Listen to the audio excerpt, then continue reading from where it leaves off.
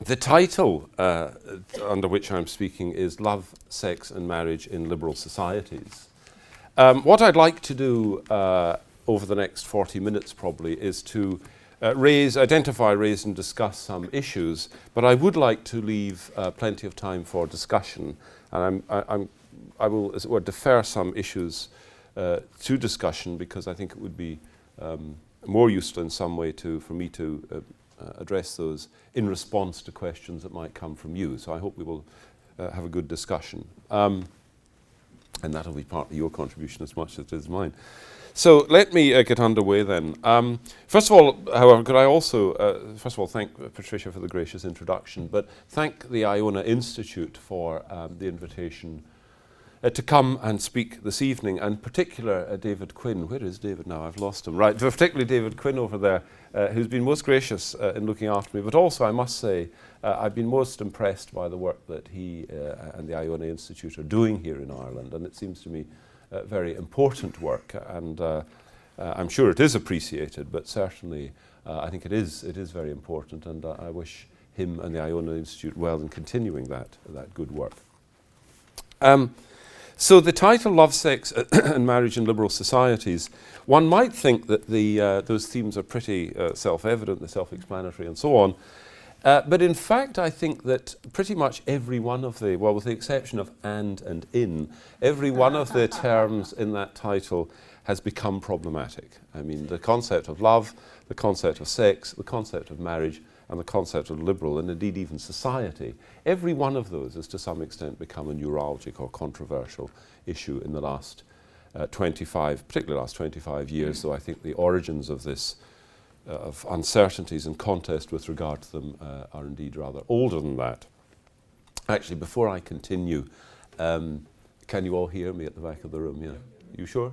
Yes, okay. Now, I remember once giving a talk at which, when I'd finished, the first question came from the back of the room in which the chap said, "I didn't hear what you said, could you say it again?" So it was a perfectly reasonable request, it's just it would have been better presented about a couple of minutes in rather than at the end of it all. However, so love, sex and marriage in liberal societies, as I say, with the exception of and in, pretty much every one of those terms and the concepts they represent have become problematic or perceived to become problematic. Now, one way of explaining why that is the case, I mean, I will say something about the history of this in due course, but just as it were conceptually, and after all I am a philosopher, so if I'm not allowed to make a few conceptual reflections, then I'm not quite sure what I would be doing here. But at any rate, people will be familiar enough with the distinction that has been pressed in philosophy between, on the one hand, facts, and on the other hand, values, on the one hand, descriptions, and on the other hand, prescriptions. And it's often been said you can't get an ought from an is, you can't get a value from a fact, and so on.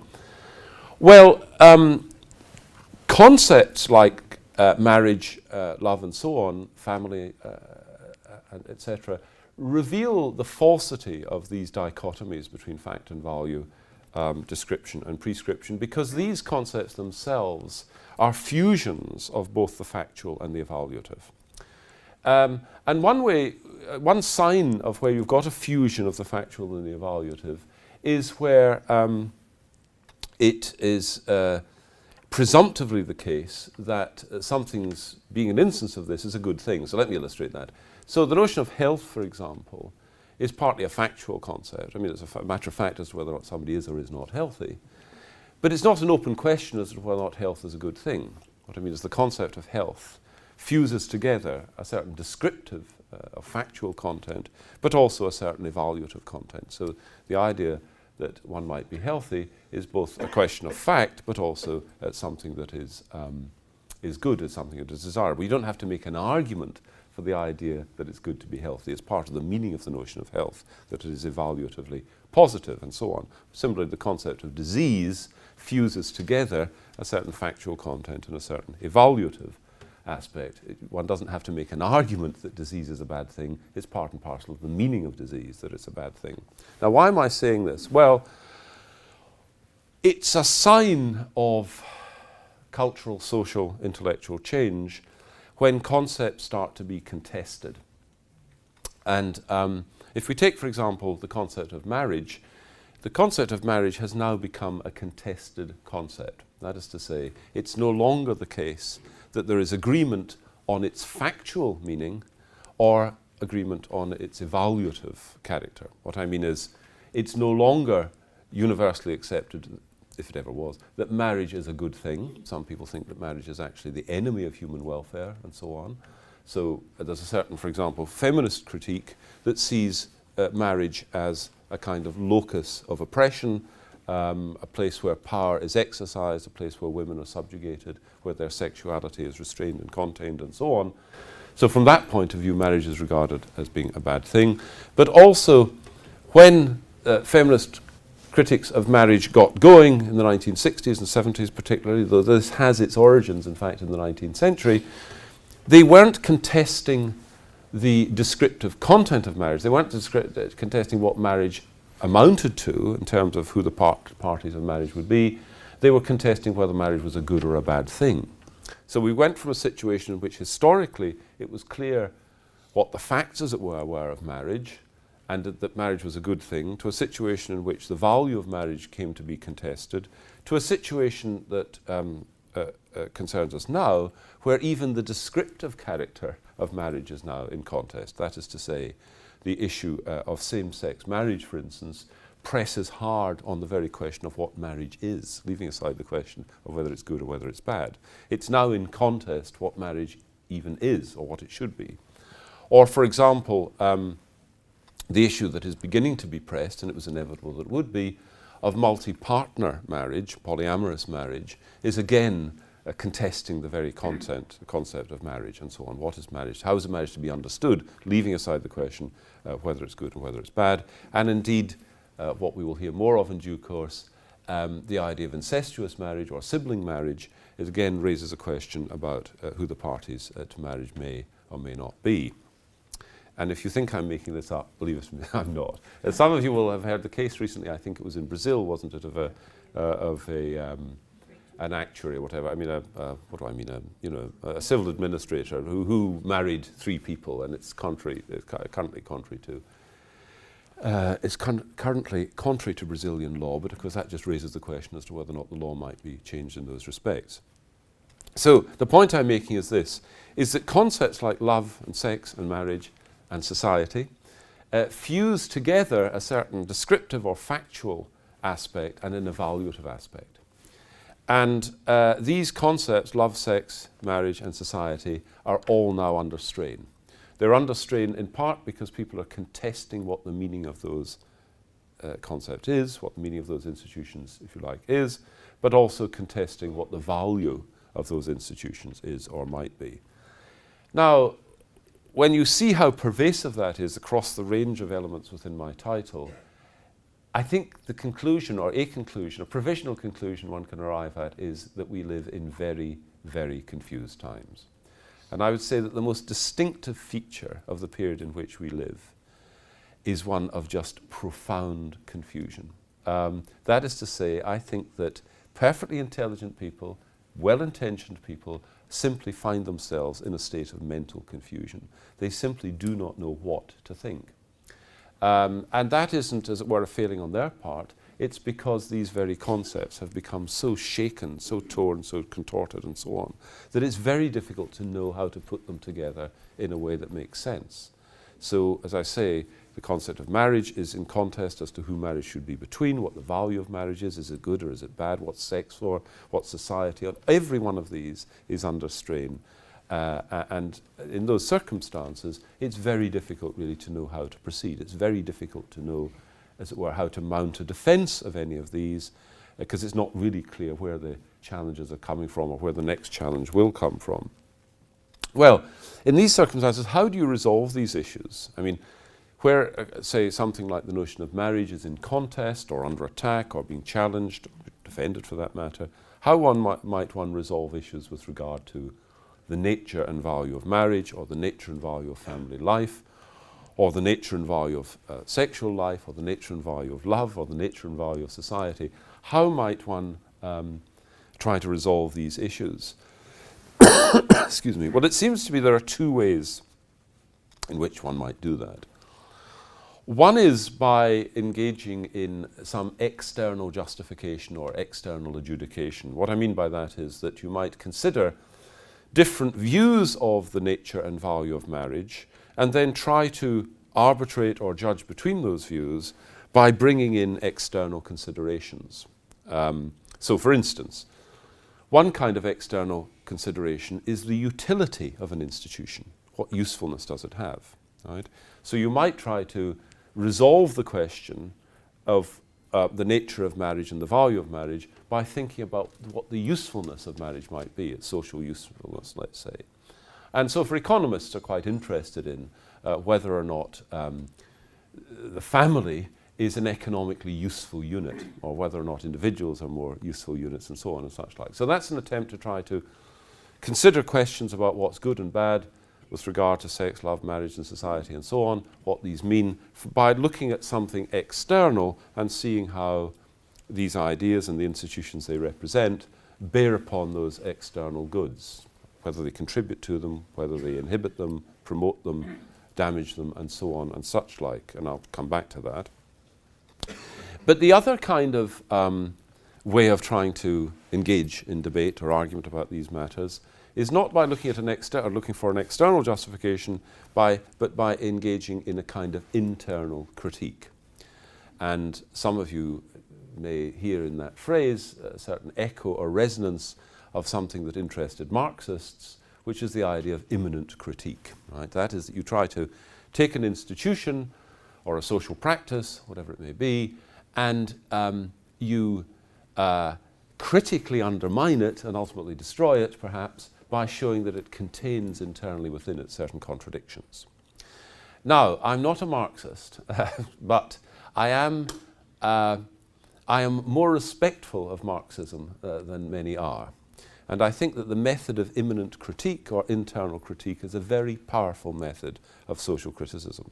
It's a very powerful method of testing institutions, whether they be formal institutions, things like the monarchy or whatever it may be, parliamentary democracy, you name it, or informal institutions, things like the family and so on, that a very powerful way of trying to understand the meaning and value of these institutions is by looking at whether the extent to which they may contain internal contradictions. So I mentioned earlier on, for example, feminist critiques of marriage, prominent in the 1960s and 70s.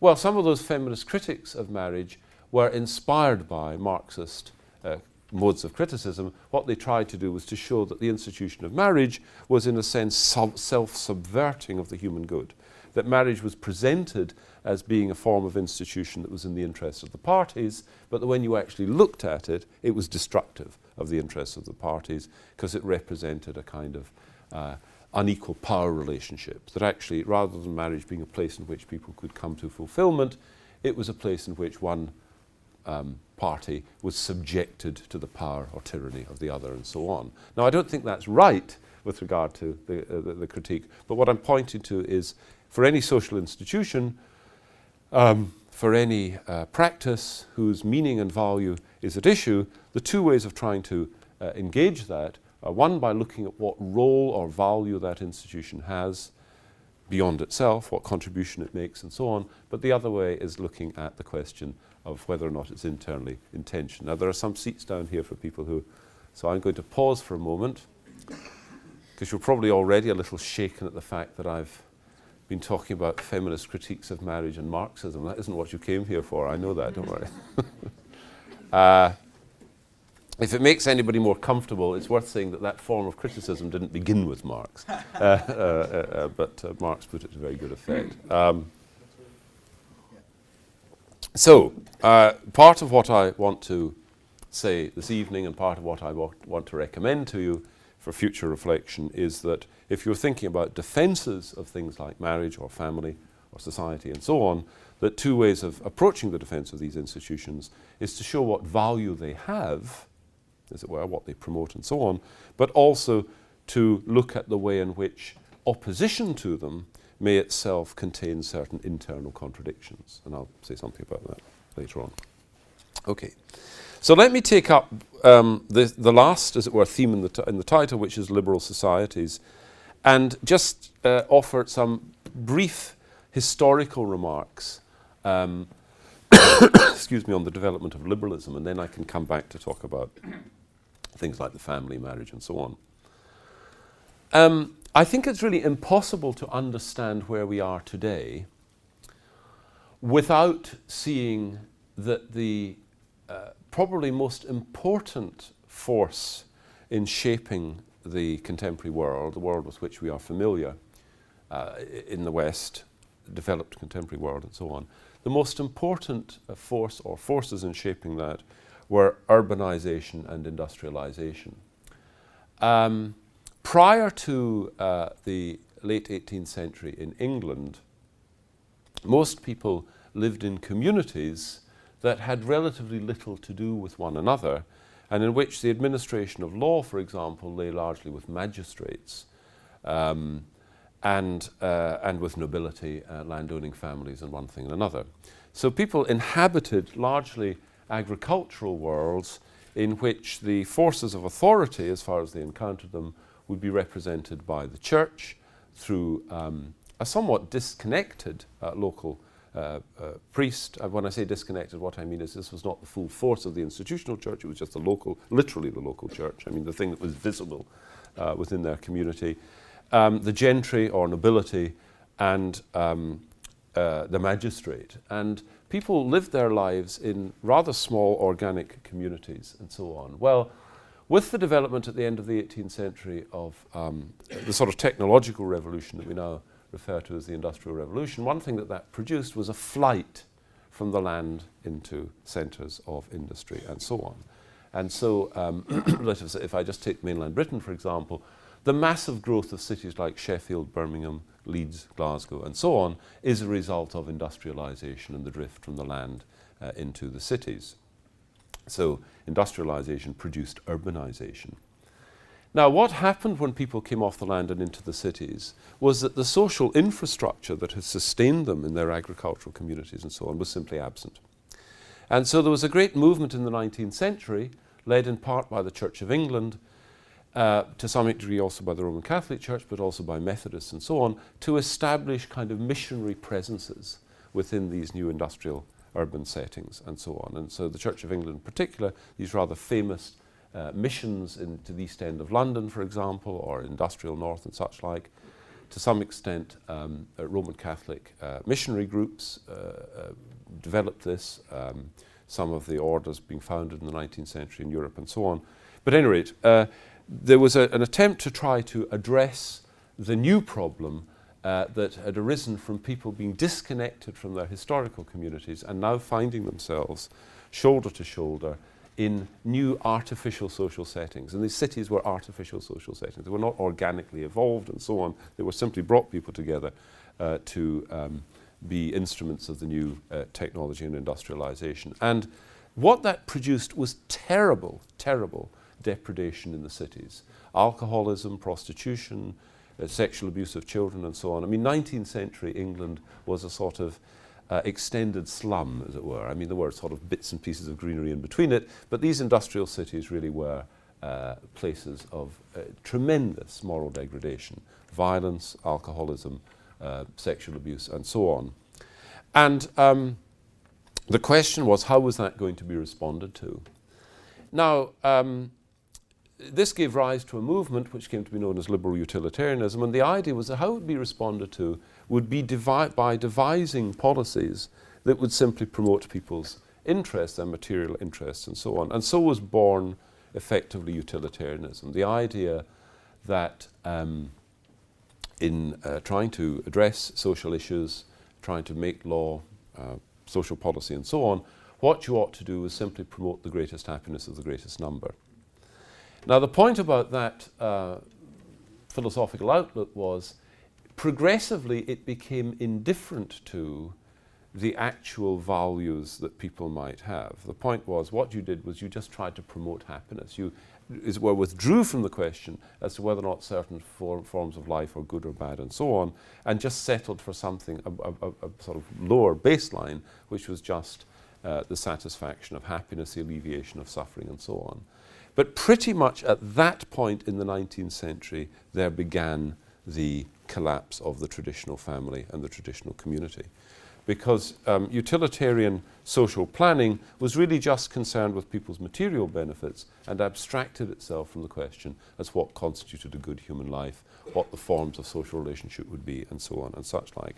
And one thing you might say was that what it did was it instrumentalized these institutions, the institutions of marriage, of society, of church, of community, and so on. They were simply now seen as instruments for the maximization of human welfare or the alleviation of human suffering, not as places where human beings came to come some kind of self-realization in community and so on, which is what had hitherto been the way of thinking about things. Now, if we just, I'm going to race forward with this, what that has produced in recent times, not yet quite in Ireland, not yet quite in Britain, but certainly in the United States and soon in Britain, soon in Ireland, is the idea of the neutral state. That the state is formally neutral between different views of the good life. That it isn't the business of government, it isn't the business of the state, it isn't the business of public institutions to promote any particular conception of how you ought to live your lives. It's simply there to arbitrate between these competing ways in which people might choose to live to the extent that it can, but to promote some other thing which is general welfare or economic prosperity or whatever else it might be. But here comes the imminent critique. It's absolutely obvious that while announcing publicly a philosophy of state neutrality, as it were, this is actually accompanied by a very determined effect at social engineering, a very determined effect to actually change society. So, for example, to give an illustration of this, and I think this is an issue that does affect Ireland to some extent, but certainly in mainland Britain, there is now a fairly sustained attack on religious schooling, on the question of denominational schooling. And this is done in the interest, I mean, as it were, informally speaking, under the head of neutrality, that it is not the business of the state to sustain or promote or to enable people to sustain or promote any particular way of thinking about what's good in human life, any particular way of what is thinking about how one might fulfill oneself and so on. And of course, denominational schooling represents precisely that. It's represented, as it were, as neutral, but what it is in reality is a determined effort to simply remove religion from the public sphere and from the educational sphere as being a formative influence and replace it with a kind of secularized, denatured sense of human welfare, which simply consists in the promotion of satisfaction. Now, I'm going to return to that briefly in a minute, but before I do, let me switch from this question of sort of internal criticism, so there's internal criticism of the neutral state, under the guise of neutrality is in fact advancing a far from neutral agenda. It's an agenda that is hostile to traditional values, hostile to religious values, and so on. It's the continuation of the great 19th century utilitarian movement that was antagonistic to these distinctive values by which people had lived, and so on. But let me switch from that now to thinking about sort of external justifications of these institutions. Everybody knew prior to urbanization, consequent upon industrialization, that the family was the place where children, the rising generation, were formed and encultured, drawn into a culture and so on, given a sense of identity, given a sense of purpose, given a sense of value. The big question for the pre-modern period really was what was society for? It was clear what families were for. They were sort of natural, organic groupings within which children were conceived, raised, and one thing and another. But that notion of the family as being the natural unit of social life has, for a variety of reasons, some of which I've touched upon, come under attack. Just as, say, feminist critics of marriage suggested that marriage was in fact a locus of exploitation and abuse in which men asserted themselves their own interests against the interests of women, so the family comes under a similar attack, that families are places in which children are made the victims of power and aggression and so on, and that families, as it were, are protected enclaves within which abuse can be practiced. Not sexual abuse necessarily, but educational abuse. So, for example, the children's rights movement that has grown up attacks the family because it says that actually the family is a place of oppression. Say religious education or moral education within a family is a form of indoctrination, and therefore the state should step in and, as it were, breach the protective wall that is provided by the family, that education should really be the responsibility of the state, not of families, and so on. An American philosopher about 20 years ago published, I know him actually, but a chap called Hugh Follett, he published an article which, maybe 20 years ago, which at the time I thought was almost a joke. But it wasn't. And the article was called "Should Parents Be Licensed?" Should Parents Be Licensed? And in fact, that article has been taken up and has some influence. I mean, there are people who are now arguing that parents should be licensed. Now, how would you do that? Well, it would mean that you wouldn't have access to any social benefits, for example, participation in certain forms of social life and so on, unless you had, I mean, you couldn't literally stop people having children, but what you could do is say, and that if they have children without having been licensed, they're going to be penalized in various ways and so on. Now, what's the point of that? Well, the point is that's a way in which the state, as it were, can breach the protected sphere of the family in order to, as it were, inculcate a different set of values to the values that the family themselves might want to promote. So let me say a few things about the role of the family as we're aware of it today. Leave aside history. In 2004, the United Nations produced a report on the family, and it was a report of the Director General of the UN, then Kofi Annan, and he wrote as follows, or whoever drafted this wrote as follows. The family, Kofi Annan said, has a continuing and crucial role. By the way, the thing I want to emphasize here is this is 2004 in which he wrote. It's not very long ago. The family has a continuing and crucial role in social and human development, as well as in provision of care and support to individuals. Strong family bonds have always been part of most societies, and families in most places continue to make important contributions to social and economic well-being. Yet the contribution of families in achieving these objectives has generally been overlooked.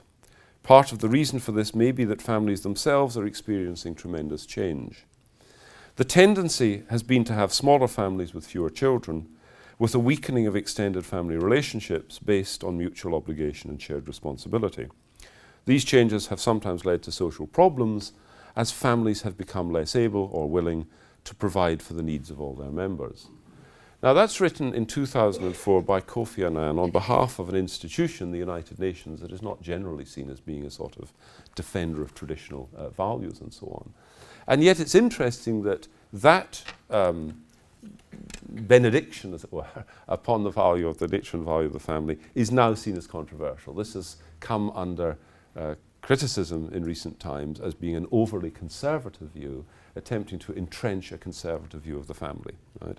So even what Kofi Annan could say in 2004, in 2012 is set as a target for certain kind of social radicals who actually want to dismantle the family because they see it as an obstacle to the promotion of certain other kinds of values. So let's just think briefly about the family in terms of some of the practical benefits that it provides, and think also about the challenges that currently we face. The obvious one that is now being discussed is the sustainability of health and elderly care for the elderly and care for the sick. If we take the period 2050, between now and 2050, the Eurozone will lose 27 million workers. It will, however, gain 37 million pensioners. The percentage of those who are 80 or over will triple by 2050. Right? There'll be 3 times as many people by 2050 who are 80 and over. The ratio of those receiving pensions, or hoping to receive pensions, I should say, those who will be of pensionable age, to working populations is currently in the Eurozone 0.35 to 1. So for there's one person for a third, as it were, of pensioners. So every 0.35 of pensionable age to 1 of working age. By 2050, that'll be 0.75, and in some countries it'll be 1 to 1. That means that in some countries in Europe, for every pensionable person, there'll only be one working person. So that working person has to earn enough money to sustain themselves and also to pay somebody else's pension. Declining birth rates across the Eurozone. Again, I think this is something that has been discussed here in Ireland, but they're these. The live birth rate that's required to maintain a population is 2.1. If you look at what happens when you drop below 2.1 and ask yourself the question, how long does it take to halve a population? If you drop to 1.5, your population is halved over 65 years. If you drop to 1.3, it's halved over 44 years. If you drop to 1.1, it's halved over 32 years. Right? So declining birth rates obviously are going to reduce populations. Now I'm leaving aside here the question of immigration because that's a whole other and complicated matter. I said the other day in a lecture, I think it was in Edinburgh, I can't remember, that it just seems to me absolutely clear that the 21st century is going to be the century of Islam in Europe. I mean, I think Europe is going to be transformed in some respects for good, in other respects problematically, by a massive rise of not just an Islamic population, but the influence of that population on social policy. And that's going to be a very complicated and interesting matter. So let's look at these declining birth rates. In the United Kingdom, for example, the birth rate in 1970 was 2.49. By 1980, it was 1.9. By 1990, 1.8. It's currently, I think, 1.66. In Ireland, in 2000, it was 1.88. In 2009, it was 1.85. In Italy and Spain, they're 1.31 and 1.24, respectively. Now, just to try to sort of give that a bit of colour, what that means is that by 2050, which was my target year, if you remember, by 2050, 60% of Italians and Spanish will have no brother, sister, first cousin, aunt or uncle. By 2050, 60% of the population then alive in Italy will have no brother, sister, first cousin, aunt or uncle. Right? How does that work? It's very simple. It's just 2 generations of only children. Right? And if you look at the pattern of the statistics across Italy, for example, it's much worse in the north of Italy than it is in the south of Italy for reasons that are to do with economic wealth and industrialization and so on. But that's where it takes you to. In a relatively short period, we're not that far away from 2050, 60% of the population of Italy and Spain will have no brother, no sister, no first cousin, no aunt or uncle, while at the same time we'll be moving into a situation that each of them will have to be earning enough to pay for themselves, plus one other member of the population whose pension they are having to cover. Now these figures are simply unsustainable. That's really the obvious point here. At the same time, what's going on is that pregnancy is being delayed, so people are getting pregnant later. The percentages of people, of women who are not having children at all are increasing all the time. Sexually transmitted diseases are increasing considerably. Abortion is increasing considerably. Early divorce has been increasing considerably. Separation also, and interestingly, increased solitary living. So you in fact have a declining population, but that population needs more housing. And that's very simple. You say, well, why do fewer people need more houses? Well, because they're breaking up as families. They are now single individuals, right? So that they're a declining population, but they need more houses. So, for example, in England and Wales, the last Labour government revised its housing plan for the next 20 to 30 years and lifted certain restrictions on building plans and so on because of the recognition that it actually needed more houses for a smaller population. I mean, the population is growing because of immigration, but in the areas that I'm concerned with here, the, as it were, historic population is breaking apart into individuals and therefore needs more places to live and so on. If I just bring in 1 or 2 figures from Ireland, if I've got this right, and I think the Iona Institute was a little helpful in this regard, I think the number of people who are divorced or separated in Ireland currently is 250,000. I think that is the figure. And that represents a 40% increase from 1986. So over the last 25 years, the percentage has increased by 40%. Cohabitation has increased. There are now, I think, 145,000, something of that order, of cohabiting couples in Ireland. Children raised outside marriage in Ireland, I'm talking about the Republic of Ireland, of course, 28%. In 1986, it was 12%. And of these, 21% are being raised by lone parents. Now this represents a clear and very significant disintegration of traditional forms of family life. And they speak of a series of social difficulties, and indeed I think of the prospect of increased social tension. Because one thing that happens under these conditions is that people go into competition with one another. And there is increasing competition for social goods, for economic goods and so on. Under conditions of diminishing affluence, people are starting to fight, as it were, for the crumbs. But also the other place where this tension is going to show itself, and is beginning to do so rather unpleasantly, is intergenerationally.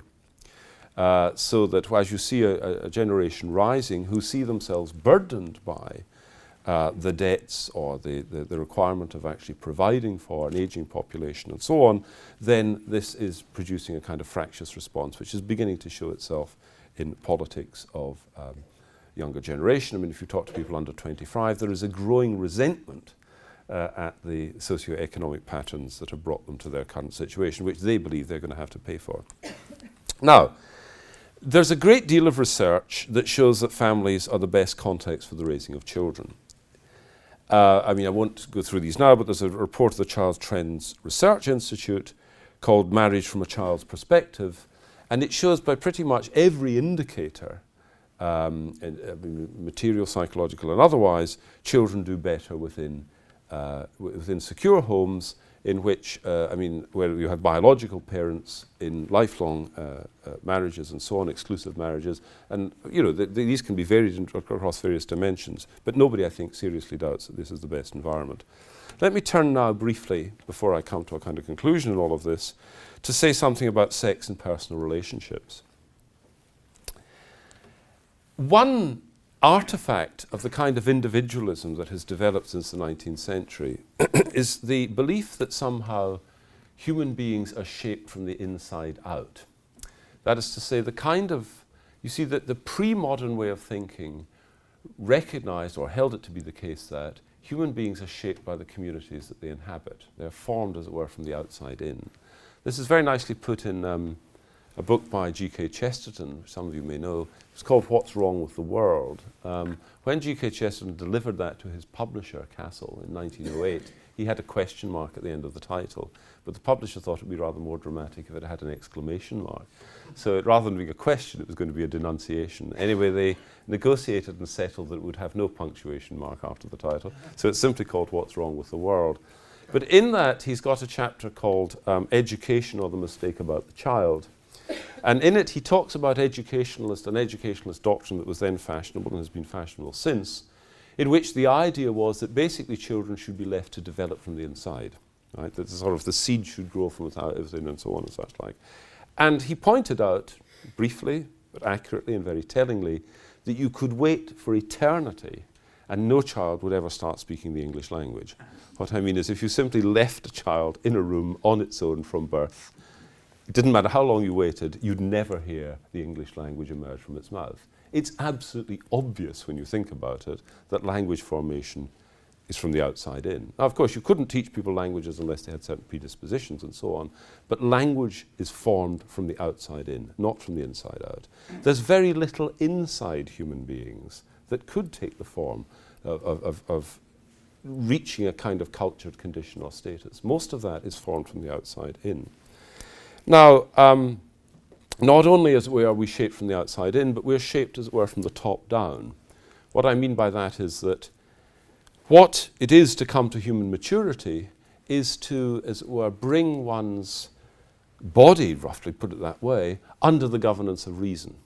So, for example, and a very trivial point in a way is this: when you teach children to eat, it's not the case necessarily that using a knife and fork is any more functionally effective than using your hands, but we teach them to use knives and forks. Why is that? Well, because we want to subject the animal function of consumption to a kind of social end, of a kind of dignified form of posture and so on. So animals, eat their food on the ground. Human beings arrange their food on a table. There's a reason for that. That is, as it were, bringing the dignity of reason to bear in governance of our bodily activities. Now, similarly, that has been so with regard to sexuality. Historically, the idea has been that, as it were, sexual life should be shaped by community, and immediately the community of marriage and the family, and that it should be, as it were, brought under the dignity of reason. But for a variety of historical reasons, which I perhaps won't talk about just now, but you'll be familiar with them. I mean, I think the effects of, certainly in Britain, of the First and Second World Wars, the reaction to that in the period of the 60s, the disconnection of sexual practice from conception produced by contraceptives and so on, the rise in increasing availability of pornography, all of this, as it were, has removed or tended to remove sexual life from the sphere of the family, from community and so on, and from the governance of reason, and brought it back down to, as it were, a more animal base. Now, just to continue briefly, where this takes us to, I think, in the current situation is very interesting. And now I want to just pick up the one aspect of my title that I've not mentioned so far, which is love. Love is a very difficult and interesting concept. Within the Christian tradition, love is transformed by a Christian understanding, obviously, of the dignity of the person and of the anticipation that worldly life represents of the life of eternity.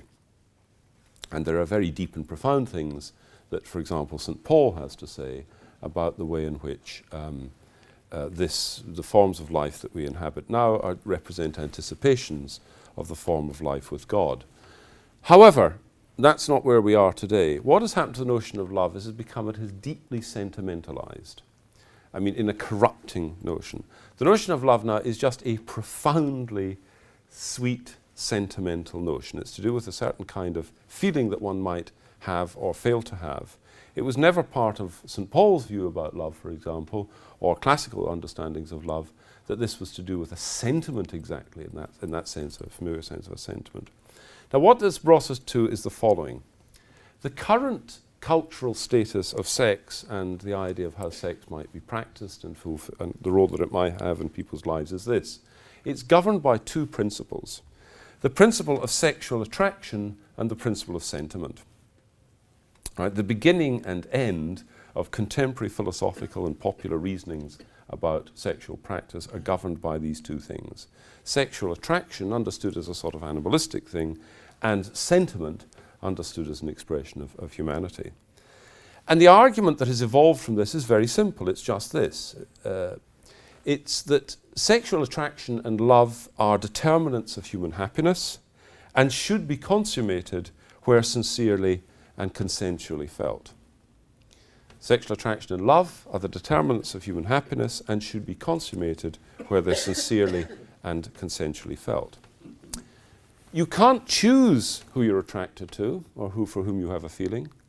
Therefore, whether chosen or not, attraction and love sentiment should be consummated. Now, when you think about that argument, that is the dominant argument that governs modern understandings of sexuality. It says nothing about family. It says nothing about children. But what it does provide is a license for any form of sexual coupling that's consensual. Right? This argument will give you an argument, for example, for same-sex marriage, but it will also give you an argument for polyamorous marriage, and it will give you an argument for incestuous marriage. Because what it says is this: sexual attraction and love are determinants of human fulfillment. If a brother and a sister feel the sexual attraction for one another, and they feel the sentiment for one another, you can't choose who you feel this for. You can't choose to whom you're attracted. So whether chosen or not, this love should be consummated. And moreover, the institution of marriage now is simply a form of approbation or public recognition of sexual attraction and sentiment. So the current situation which I think we find ourselves is one on a trajectory that is going to take us further and further in this direction. It simply was entirely to be expected that as incremental advance was made along this road, that would just, as it were, like a series of mountains, bring into view the next one. So although same-sex marriage has not yet been institutionalized in Great Britain, it's on the way. Both Cameron and in England, Alex Salmond in Scotland have promised that this will be in place by 2015.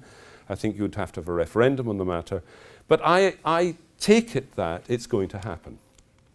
And I take it that it's having happened, so that matters will quieten down a little bit, and then the next issue will be polyamorous marriage, multi-partner marriage. And that is already under discussion in certain quarters.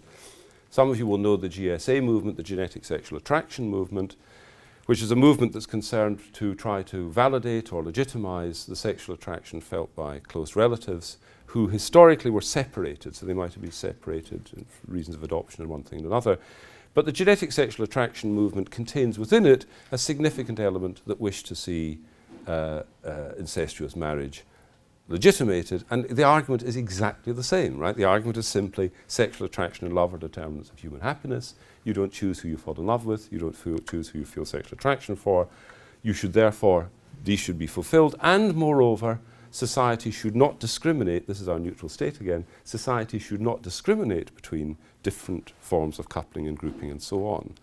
But what you recognize, or should recognize in that, in saying that society should not discriminate in according the status of marriage to all of these possible arrangements and so on, that is not, after all, a neutral position. That is, in fact, a subversion of a particular conception of marriage, a conception of marriage that has at its heart not sexual attraction and not sentiment, but, as it were, community, the community of the family and the needs and interests of children.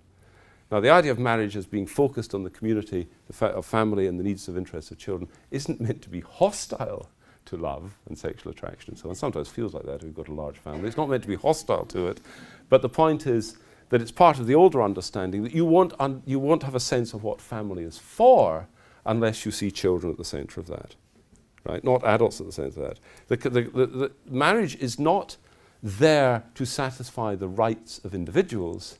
It's there to promote the good of society. Marriage is an institution that came into being for the common good of the community that is family, and the good of the wider society. So, I'm concluding, you'll be pleased to know. Where to press then these critiques? I've talked about an internal critique in which you try to show that certain ways of thinking sort of fall apart, they crumble and so on, and an external critique in which you try to show that certain institutions can be justified or undermined on the basis of the contribution they make to human well-being. Well, I've sort of partly hinted at the internal critique of these alternative views of marriage, that in fact they reduce marriage at the end of the day simply to the satisfaction of sexual appetite and sentiment. That's the beginning and end of their contribution to an understanding of marriage. And no society can base an institution of marriage simply on that. It's simply too vulnerable to, as it were, the whim of sexual desire and sentiment, which can, they're rather like the weather in Scotland, I suspect, in Ireland as well. The sun can shine one day and the rain can pour down the next. But if you combine this with liberal divorce laws and without the bonds of marriage with associated social pressures to hold people together, is just a recipe for further disintegration. So far as the external justification of institutions like marriage is concerned, I think there we have to return to something that I talked about before, which are the needs of society and the needs of individuals formed within society for secure, robust and enduring institutions in which they can have confidence and in which things like intergenerational care and concern are built into those as absolutely central to one's responsibilities. So the care of the young, the care of the elderly are managed well, broadly speaking, within traditional communities, within traditional societies. They're managed very badly indeed within highly individualistic, hedonistic, materialistic and egoistical societies. And I'm afraid my view is that we are moving from the former to the latter. And as I said, I think it's going to get worse before it gets better. On that happy note, I'm going to stop. Thank you very much.